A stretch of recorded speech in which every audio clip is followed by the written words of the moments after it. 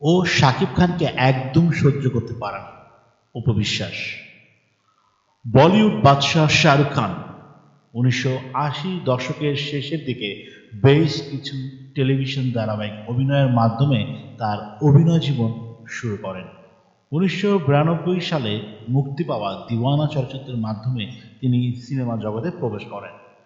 তিনি কর্মজীবনের শুরুর দিকে খল চরিত্রে ডট ১৯৯৩ সালে, বাজিগর ১৯৯৩ ও আঞ্জাম চলচ্চিত্রে অভিনয় করে পরিচিতি লাভ করেন।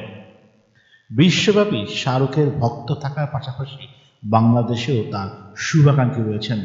তাদের মধ্যে একজন হলেন ঢালিউড অভিনেত্রী অপু বিশ্বাস। এই অভিনেত্রী তার প্রেমে পড়েছিলেন শাহরুখ তার প্রথম বয়ফ্রেন্ড বলে জানিয়েছিলেন তিনি। ২০১৬ সালে গণমাধ্যমে দেওয়া সাক্ষাৎকারে এ তথ্য জানান অপু বিশ্বাস। অপু বলেন, বলিউড অভিনেতা শাহরুখ খানের প্রেমে পড়েছিলাম। আমার প্রথম বয়ফ্রেন্ড ছিল শাহরুখ খান। ঘটনা খুলেই বলি, ছোটবেলায় শাহরুখ খানকে খুব পছন্দ করতাম আমি। আমার পড়ার রুমের সামনে শাহরুখ খানের বিশাল বড় পোস্টার লাগিয়ে রেখেছিলাম। কোনো এক দুর্গাপূজা উৎসব থেকে শাহরুখ খানের পোস্টারটা কিনেছিলাম আমি।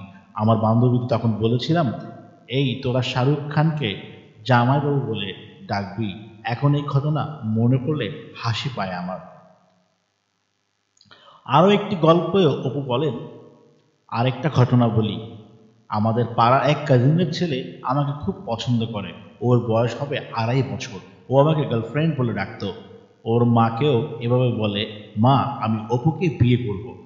বিয়ের পর অপুকে চকলেট খাওয়াবো। মজার ব্যাপার হলো ও আমার জন্য ওর ভাগের খাবারের অংশ মাঝে মধ্যে রেখে দেয়। আর শাকিব খানকে একদম সহ্য করতে পারে না। আমাকে প্রায় বলে, তুমি শাকিবের সঙ্গে কেন কথা বলো?